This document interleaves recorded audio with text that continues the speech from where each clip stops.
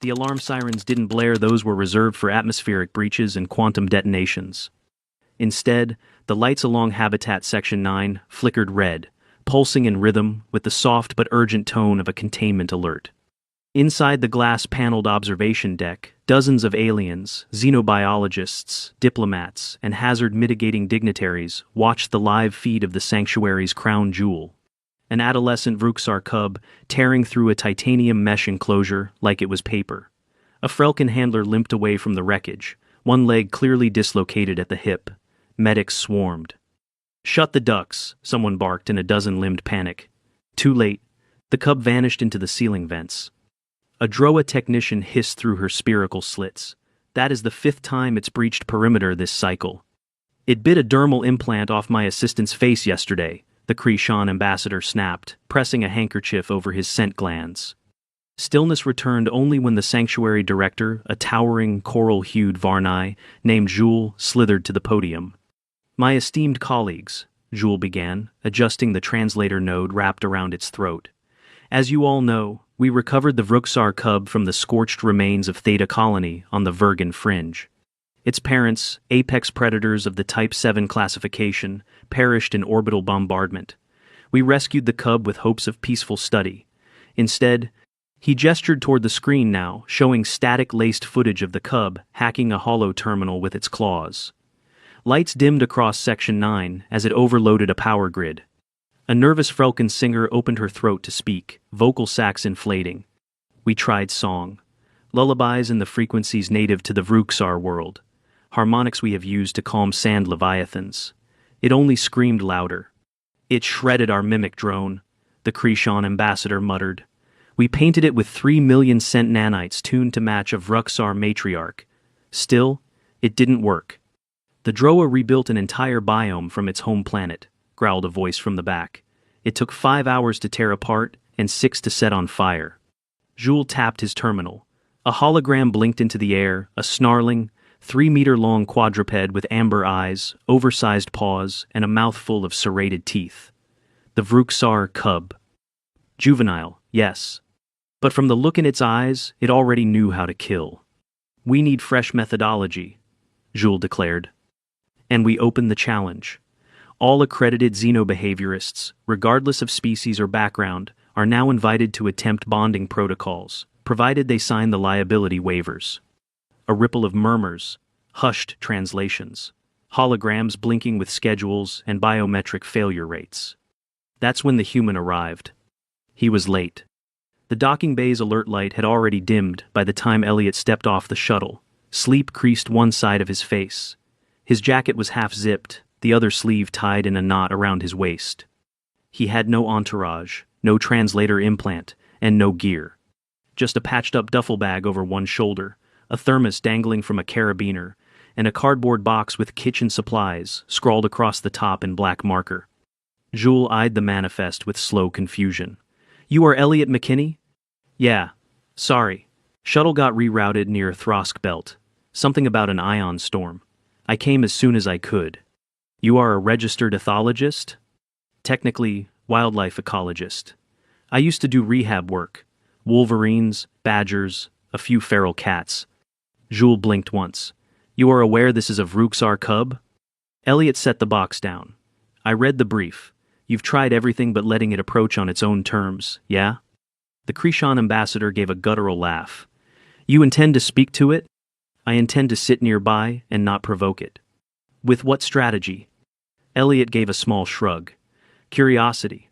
He was escorted to the outer edge of the observation chamber, 2 transparent walls between him and the containment habitat. The room itself was reinforced, twice reinforced, and then lined with magnetic fields for good measure. The cub, still unseen, had reportedly been nesting in the far corner since its last episode. Elliot set his box down outside the second containment door. He didn't open it. He just knelt, slowly, placing the box upside down with the flaps tucked slightly open. Then he sat beside it, cross-legged, thermos resting by his knee, not speaking, not moving, just being. The room held its breath. 37 minutes passed. Then, movement. Amber eyes glinted from the shadows. The cub emerged, silent as a whisper, half-crouched, tail low. Every muscle in its lean, mottled frame tensed, its lip curled, revealing a flash of teeth. Elliot didn't flinch. The cub circled, its nostrils flared, it stared at the box. Something about the shape, the smell, the non-threatening geometry. It leaned closer, sniffed again, poked a claw at the flap. The box rustled. And to the collective gasp of 32 species watching in real time, the Vrooksar cub pushed its snout inside. Then its shoulders. Then back paws. And finally, it curled, tail flicking once, and settled. Inside the box, sleeping. Elliot exhaled, softly. Guess cats really are the same everywhere, he muttered. Chaos followed. Alarms trilled, not from danger but from disbelief. Every monitor in the chamber replayed the footage on loop. Aliens surged to terminals, running scent diagnostics and emotional telemetry. Someone even whispered, sorcery. He must emit calming neurophotonics, insisted a Droa xenologist, already running scans. No, it's the cardboard. Earth cardboard must have pheromonal dampeners. His posture was too casual. It signaled non-hostility. He is manipulating it telepathically. Where did he get that box? Jules muted the observation chamber. Is this normal? He asked. Elliot didn't look away from the cub, still asleep. No, not even a little. 3 hours later, the cub was still inside the box. When Elliot moved slightly to reach his thermos, it lifted its head, blinked at him once, then rested again. A low rumble from its chest, the Vrooksar equivalent of a purr, vibrated faintly against the glass.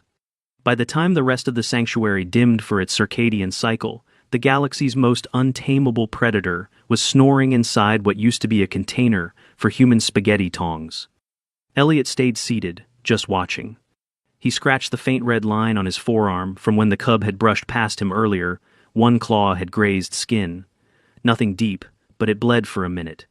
Respect the teeth. That was Rule 1. Lights to 30%, he whispered. The habitat dimmed. The cub twitched once in its sleep, and 100 alien scientists stared at their data logs, wondering how a $2 cardboard box had broken centuries of xenobehavioral theory. 3 days after the box incident, the Vrooksar cub had claimed a second box. This one was marginally smaller, previously used to store disposable biosample gloves. Elliot had fished it out of a recycling bin outside the lab wing, muttered something about small rooms for big moods, and placed it beside the first one.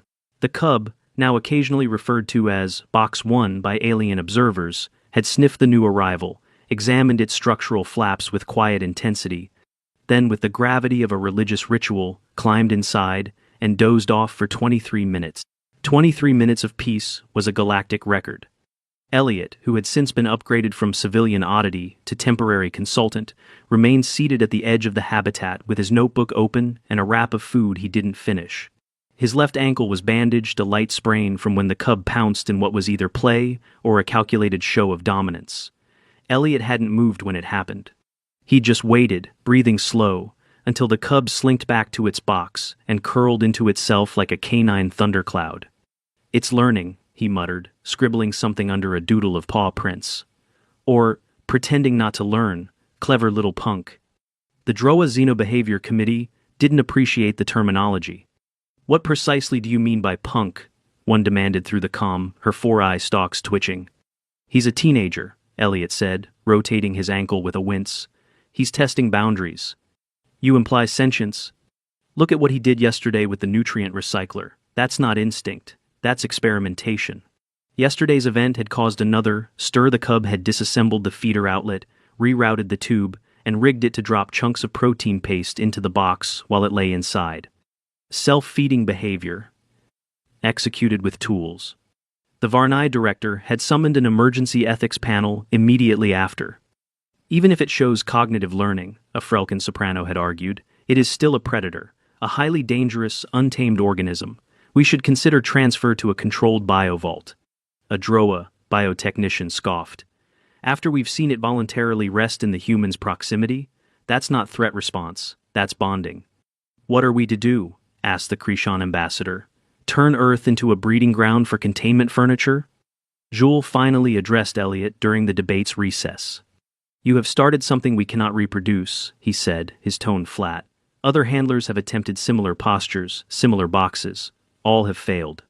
They're overthinking it, Elliot replied. Or underthinking it.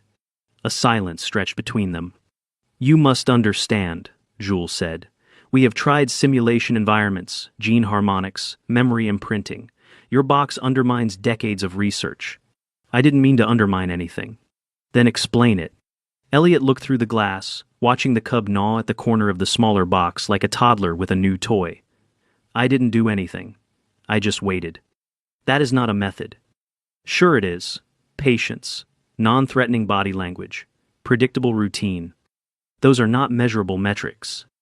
They are, if you stop measuring dominance. Jules didn't respond. 2 more days passed.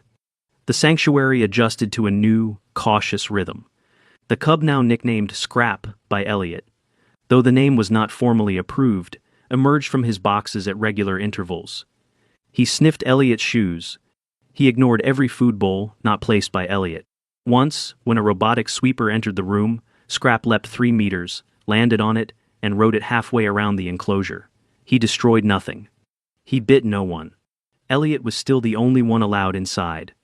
By now, the cardboard boxes had become objects of worship. Droa archivists submitted a formal request for one of the original boxes to be preserved in a xenological museum. A Frelkin song assembly composed an 8-minute piece titled Elegy for the Folded Box. And a Krishan science envoy tried to patent adaptive cardboard enclosures based on Earth's designs. The request was denied. Earth's cardboard, it turned out, had no unique chemical properties. But the obsession continued. Within the week, 4 diplomatic ships arrived to witness the human effect. One ambassador from the Teal Collective demanded to examine Elliot for hidden biosignal emitters. He was politely asked to leave after attempting to scan Elliot's brain while he was asleep. Another ship brought crates labeled Xenosoft flexible containers that suspiciously resembled flattened boxes. None worked. Scrap flipped one with a claw and yawned theatrically. Elliot's patience, however, was starting to wear thin. His sleep had been erratic. His ankle still ached. He'd refused an autocast, knowing that any sudden change in his gait might alert the cub. The scratches on his arms had scabbed into itchy patches, and he flinched any time the cub lunged too fast, though he never pulled away. Jules visited him after a shift. You could return to quarters, Jules said. You need rest. We can monitor the cub remotely. Elliot shook his head. He notices when I leave.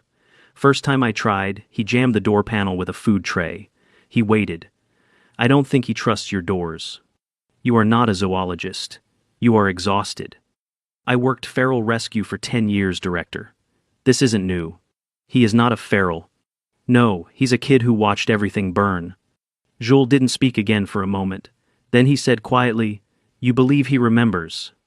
Elliot stared at Scrap, now asleep again, this time with one paw half draped out of the box like a king claiming territory. Of course he does. He didn't just lose his parents. He lost his entire frame of reference.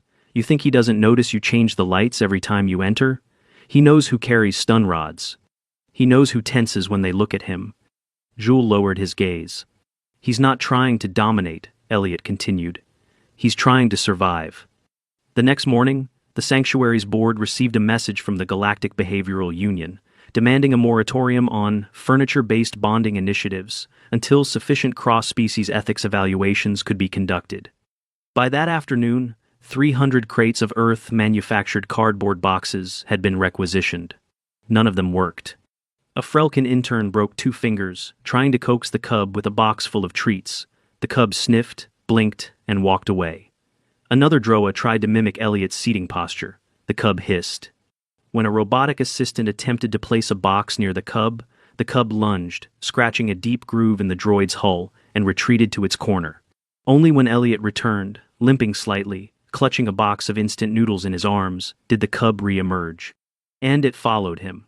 Box tucked under one arm, noodle cup in the other, Elliot walked across the enclosure floor, toward a quiet corner where he usually sat. Scrap padded behind him, paws silent, gaze alert. Elliot set the box down. Scrap climbed in. No one spoke. No one moved. One of the techs near the observation window whispered, We're rewriting everything. Jules, watching from the shadows, finally spoke. No, we're finally learning to shut up and listen. Scrap circled twice before slinking back into his corner box. Trial 1. Failed. The next morning, Elliot woke to find a note outside his temporary quarters. It was from one of the Droa linguists. Your presence lowers tension, but your absence raises it exponentially. We are considering mirror imprinting techniques using your biometric data. He crumpled the note. He doesn't need a mirror, he needs to feel safe. You can't simulate that. Trial 2 involved a Frelcon vocalist, a gentle species known for empathic frequencies.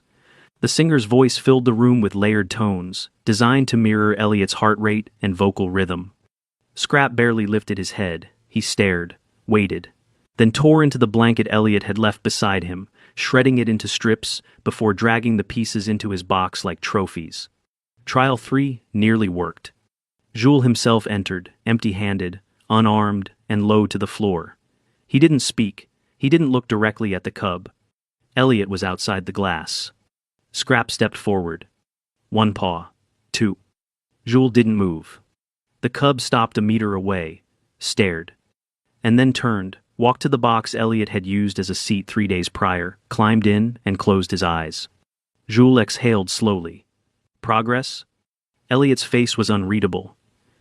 Maybe. But later that night, the cub chewed through the security sensor behind the habitat panel. No escape, just a warning. The message was clear. Don't leave me alone with them. The next morning was the last. 12 hours remained. Scrap had eaten half a ration. He hadn't played, he hadn't growled. He just sat, staring at the far wall. Elliot entered without gloves. He sat cross-legged again. No notebook, no thermos. Just him and the same box that had started it all. Scrap didn't move. I'm not gonna lie, Elliot said quietly. They're taking you unless we figure this out. A twitch of the tail. I don't want you locked in a box for the rest of your life. Not the metal kind, anyway. You've already picked your box. Scrap blinked slowly. Look, I get it. You've got no reason to trust anyone but me. But you can't live inside one person's shadow. You can't. He stopped. The cub had moved. It walked up to him, nose close, paw touching Elliot's knee. Elliot didn't move. Scrap leaned in and nosed the center of Elliot's chest, then turned and walked to the glass barrier. It stared at the door. And waited. A beat passed. Jules opened the outer door. Elliot stood slowly. I think he's ready to try again. The final trial began with nothing more than a chair. Not a box, not a toy, not a scent sample. Just a basic stool placed at the far end of the enclosure, positioned deliberately, just out of Elliot's usual radius. A young Varnai behavioral intern named Tame volunteered. Quiet, scent-neutral, and barely taller than Scrap. Not a threatening presence by any species standard. Elliot sat on the floor as usual, arms folded loosely over his knees, voice calm but steady. Remember, he murmured, don't approach him. Let him come to you. Keep your weight low, don't fidget, and for the love of gravity, do not smile. He thinks it's a threat display. Tholn nodded nervously. I don't have lips. Perfect, you're ahead of the game. The glass slid open. Scrap glanced at Elliot, then at Tholn. For several long seconds, the cub didn't move. Then, slowly, cautiously, it padded toward the stool, not directly, but in an arc, as if skirting an invisible line of mistrust. Tholn froze, posture impeccable. Scrap sniffed once, circled, and, to the stunned silence of the 23 observers tuned in via live feed, climbed up and perched atop the stool like a living statue. Not curled, not lounging perched, like a wary sentinel. Jules spoke first, quietly, from the rear of the room. Is this success? Elliot didn't answer immediately. He rose carefully, one hand pressed to the ground for balance, and walked halfway toward the pair. Scrap didn't move. His gaze flicked from Elliot to Tholn, then back. Yeah, Elliot said finally. That's him saying, I'm watching, I don't hate this, I'll stay. It wasn't domestication. It wasn't obedience. But it was acceptance. In the hours that followed, the Containment Authority reviewed every frame of footage, every vitals log, every behavioral marker. There were meetings, debates, a short-lived scandal involving a falsified aggression rating submitted by one of the military liaisons, and finally, a single, unsigned clause added to the existing sanctuary charter. Entity 912 amperes, Vruxar cub, male, juvenile, is to remain under Sanctuary Supervised Adaptive Care, SSAC, with human-registered behaviorist Elliot McKinney serving as primary non-invasive handler. Contingent on quarterly evaluations, subject shall not be transferred to isolation or containment without demonstrable cause. The veiled horizon departed the next day. It didn't wait to say goodbye. Elliot watched it shrink into the void from the upper concourse, thermos in hand, bandages still visible under the sleeve of his shirt. His ankle had healed enough to stop limping, though he still favored his right side when standing too long. His ribs were still sore from where Scrap had cannonballed into him 3 nights earlier during what could only be described as an ill-advised game of ambush the sleeping hominid. "I thought they'd fight harder," he said aloud. Jules stood beside him. "They did. You just weren't in the room for most of it." Elliot nodded. "Probably for the best." The director hesitated. "There is one more matter." Elliot took a sip. "Let me guess. Another ethics panel wants to dissect my methods." Jules handed him a datapad. "Worse, they want to replicate them." Elliot scrolled through the headline of a new Galactic Journal submission. "The McKinney Protocol, cardboard enclosure as a catalyst for non-dominant interspecies bonding." He squinted. "They're calling it a protocol now?" Jules pointed to a paragraph halfway down. "That part suggests your use of unrefined cellulose-based containment architecture triggers primitive nesting behavior in predator species." Elliot stared. "They're talking about boxes." "Yes. They could have just said boxes. They say your body language constituted a dynamic low-threat vector matrix." I sat still. "They called your posture adaptive submission masking." I was tired. The director tilted his head. "Your exhaustion may have been your most effective tool." Elliot chuckled. "I'll put that on my resume." Weeks passed. Scrap's environment expanded, first another 10 meters, then access to a multi-level climbing space, then interactive puzzles involving scent trails and food caches. Elliot was present for each upgrade. The cub learned boundaries, routines, even signals. He allowed 2 new handlers into his presence, one from the Droa, one from Earth. No one touched him without invitation. The boxes, however, remained sacred. At last count, there were 9. Each occupied at different times, in different moods. One had been torn and repaired 4 times. One was just the lid. The latest, a double-wall shipping container Elliot had received from Earth, became Scrap's chosen sleeping spot. He dragged fabric into it, bits of broken enrichment toys. One time, Elliot caught him trying to pull a discarded shoe inside. "He's hoarding," the Droa handler observed. Elliot shook his head. "He's nesting. There's a difference." Diplomatic dignitaries visited often now, some to witness the so-called miracle, others to quietly challenge it. During one such visit, a high-ranking Telian trade envoy asked Elliot if Earth intended to export these advanced cardboard systems. "They're just boxes," Elliot said again. "But perhaps," the envoy said, "there is a neurochemical imprint your species is unaware of." "Sure," Elliot sighed. "Let's go with that." By the end of the 3rd month, an interstellar import company on Mars reported a 900% increase in cardboard demand. Sanctuary staff had to place restrictions after Scrap began hoarding other species' boxes through the vents. The Droa lost 2 whole shipments of storage supplies before installing a biometric lock. The galactic scientific community remained divided. Some claimed Elliot had discovered an unknown predator behavior trigger. Others argued the cub simply bonded by coincidence. A rogue group of Frelkin theorists proposed that the box was irrelevant and that Elliot himself emitted calming frequencies only perceptible to apex juvenile brains. No one listened when Elliot said, maybe he just needed someone who didn't try to own him. 6 months later, Scrap followed Elliot everywhere. Not always close, sometimes 2 meters behind, sometimes waiting just around a corner, but always present. The cub had grown taller, bulkier. Still not full-grown, but powerful enough that even security teams kept their hands close to their stun gear whenever he passed. He didn't growl anymore. He didn't lunge. He didn't bite. But he never forgot the boxes. And neither did the galaxy. When Elliot was offered a permanent post as behavioral consultant for interspecies trauma rehabilitation, he asked if the position came with living quarters. It did. He asked if he could bring a Vruxar with him. After 37 meetings, 18 liability waivers, and one galaxy-wide public relations campaign titled Compassion is Not Containment, the answer was yes. On the day they moved, Elliot packed his duffel bag. Scrap watched from across the room. Elliot pointed to the pile of boxes. "You can't take all of them." The cub blinked. "Pick one." Scrap growled low in his throat. Elliot raised an eyebrow.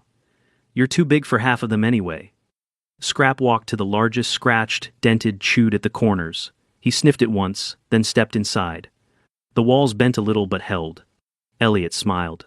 Later, as the transport ship ascended from the sanctuary hangar, two figures sat near the viewport, one human, sipping old coffee from a scratched thermos, and one juvenile Vruxar, curled awkwardly in a battered cardboard box. Outside, among the trade lanes and orbital markers, cargo vessels blinked by. One of them, flagged from Earth, carried nothing but flattened boxes and the words, "Fragile, Advanced Domestication Systems," stamped in bold across the side.